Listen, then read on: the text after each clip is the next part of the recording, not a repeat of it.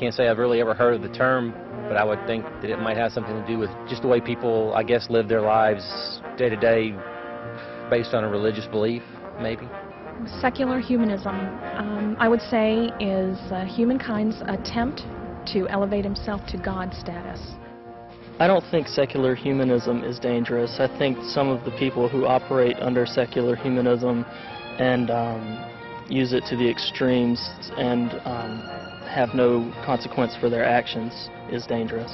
I think if you take some secular humanist philosophies to their logical extension, it can be very dangerous. The idea that people who are not up to a certain par can be exterminated because they're not contributing to the society. I think that's a very dangerous philosophy. Do I think secular humanism is dangerous? No, I don't think so. I think everybody's inclined to do and believe what they want, so I don't think so, no. We're very excited about this fourth session in our series, and so pleased that you come to join us to hear this important information. Hello, I'm Tim LaHaye. And I'm David Noebel. As we promised during this meeting, we're going to briefly describe and refute the 5 pillars of secular humanism. But first, we want to let you in on a little secret about how secularists think. It's imperative that all you parents and grandparents out there remember this. Secularists describe their ideas using words that mean one thing to traditional pro-moral parents and another thing to students. For example, in the Humanist Manifesto 2000, Paul Kurtz, a leading authority in secular humanism, cloaks his atheism behind the title scientific naturalism. It's easy to see how this seemingly benign term could fool many parents into thinking that their child is learning merely science. It's a clever game of semantics, and they use it constantly in their attempt to deceive the student. In our next video segment, you'll get a chance to see Paul Kurtz in action. He's debating the point that secular humanism is not a religion, with a worthy rebuttal provided by Kevin Bywater. Listen closely, and then we'll be back to discuss those 5 basic tenets of humanism. Paul Kurtz, editor of Free Inquiry and publisher of Prometheus Books, has recently argued that secular humanism is not a religion, and that every secular humanist who claims his worldview is religious is mistaken. Known as today's leading secular humanist, Kurtz drafted the Humanist Manifesto II in 1973, where he disregards the belief in a supreme being and completely embraces a naturalistic worldview. To have a worldview doesn't necessarily mean that it's religious. But now, it seems to me the only appropriate worldview that secular humanists hold, perhaps the better term is scientific humanists, that's what I want to defend, is a view based on the sciences. It's the frontiers of sciences. You ask the question, what are human beings?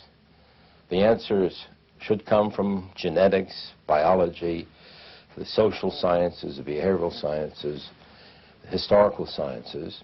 What is nature? The answer to that is astronomy, geology, the natural sciences. So the worldview that I would advocate is a changing worldview based upon the best scientific tested theories of the day. I don't see where that's religious. And not at all. It's not religious. The assertion that secular humanism is not a religion is doubly flawed. First, secular humanists cannot provide a definition of religion that excludes secular humanism, but includes other non-theistic religions. Secondly, the majority of secular humanists do not reject the label religion when describing humanism in today's culture. Now, in the past, Paul Kurtz recognized that it was a good and useful strategy, he even uses the word strategy, good and useful strategy to define secular humanism within the bounds of religion, to say that it is a religion and that it's religious in its character because of people's fervent commitment to these things. But today he says that strategy is not very helpful. You can't use the term religion, in my view, so broadly that it applies to everything and therefore nothing. So, all right, so secular humanism has a cosmic outlook, a worldview, and it also has an ethical set of values, and that's central, ethical values. I use the term eupraxiphy. I've brought them in because some people are confusing this. They're calling secular humanism a religion. I think that's a mistake. I think it should be of interest to us to see that when Paul Kurtz wants to define secular humanism in such a way as to say that it is not a religion, in order to describe it with a certain term, instead of using religion or worldview or something else, he has to invent a new word. That new word is eupraxiphy. I'm a eupraxifer. That means, EU means good. This is Greek roots I coined. Praxis means practice. Sophia means wisdom, but by that I mean primarily scientific wisdom, philosophically interpreted. So I have a theory of the good life, in terms of which I live the good life, and also a cosmic outlook, interpreting nature in the light of the sciences. Is that religious? I don't think so. Well, humanism is indeed a religion. It's the world's oldest religion, resting its case on the side of the serpent back in the Garden of Eden. So with all those ambiguous terms and word games used by the secular experts, is it really possible for regular folks to understand this man-centered belief system? Absolutely. Once the terms are clarified, any individual can not only understand it, but wholeheartedly reject it. To that end, here are the 5 basic tenets of humanism. First is atheism. This is the foundation of all humanistic thought. The belief that there is no God. According to Paul Kurtz, no deity will save us. We must save ourselves. No matter which version of the Humanist Manifesto one reads, the message is always the same. Religious humanists, scientific or ethical humanists regard the universe as self-existing and not created. What the atheist expects us to believe is that effects can be achieved without causes and that design emerges without a designer. The truth is, neither the Christian nor the humanist can scientifically prove the existence or non-existence of God. We can, however, look around us and see evidence in one direction or another. For example, the 120 trillion brain connections in your head loudly proclaim a designer. So too do the mountains, oceans, rivers, and stars. They are dramatic effects that demand an adequate cause. Simply put, humanists can come up with no scientific proof for God's non-existence to counter the many evidences of his existence. Atheism is nothing more than a philosophical notion. Paul Kurtz is a philosopher, not a scientist. Certainly, atheism is not scientific fact. The truth is that thousands of top-notch scientists believe in the existence of God. The second pillar is evolution. Basically, evolutionists want us to believe that a great miracle known as spontaneous generation happened 3.5 billion years ago, and that life, contrary to any observable scientific evidence, developed into higher and higher forms until man eventually appeared. Now, the funny thing is, this whole process of evolution demands a miracle. In fact, several miracles. According to Dr. Richard Bliss, a noted biology professor, the miracles required to make evolution feasible are far greater in number and far harder to believe than the miracle of creation. So our argument is this: if it takes a miracle either way, doesn't it seem more reasonable to believe that those miracles were performed by a miracle worker with infinite intelligence?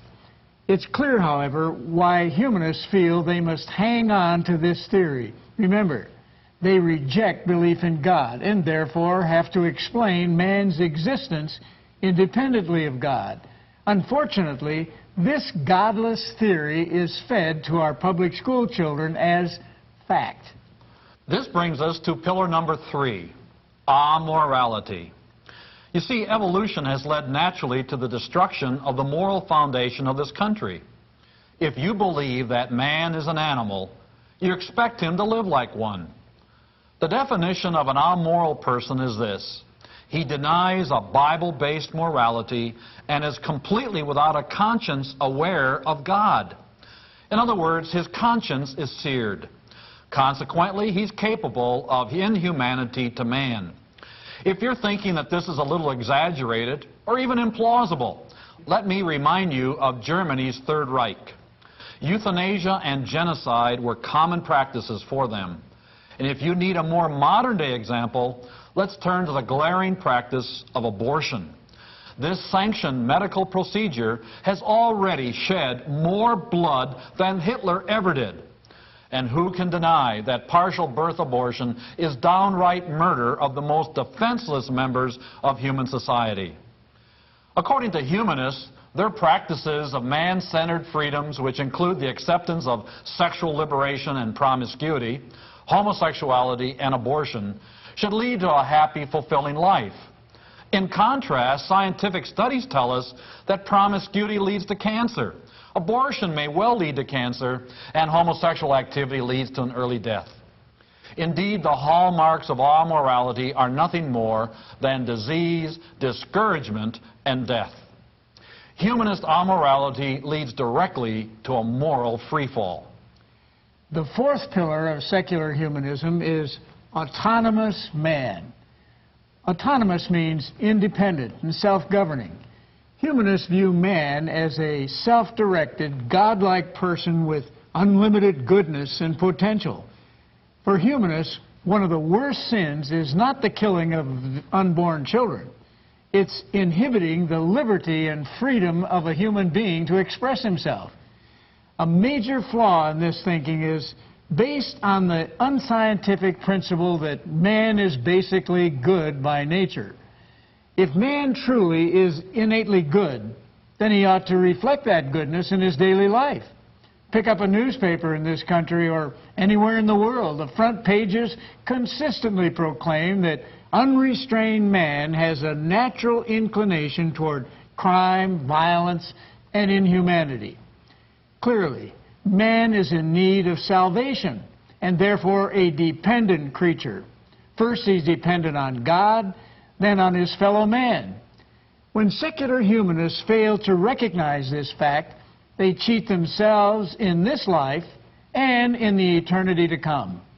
The fifth and final tenet is global socialism. Secular humanists absolutely love big government. They call it world government. They generally assume that government is good. In their eyes, the more there is, the better we are. History, in fact, shows us that freedom has always been enjoyed in inverse proportion to the size and power of the government. Generally speaking, when there is less government, there are more individual freedoms. Let's look at some of the classic failures of global socialism. There's Russia, China, Eastern Europe, Africa, Cuba, and the welfare state in America. This detrimental way of life offers no motivation to individuals, causing them to underproduce and plunging them into a second-rate existence. Here's a simple test to prove just how decisively socialism has faltered. How many people do you know who are clamoring to gain citizenship into a communist country? How many Americans do you see throwing inner tubes into the Atlantic Ocean and making a break for Cuba? Humanist-inspired socialism is, in fact, a scientific failure, just like every other basic article of faith believed by a secular humanist. Now that you're familiar with the 5 basic tenets of humanism, our hope is to provide you with even more facts that will motivate you to expose and oppose this dangerous force in your city, your state, and even in the nation. Next time, we'll talk about how to wake the sleeping giant so that we as Christians can resume our rightful place in the arenas of politics, culture, and society itself.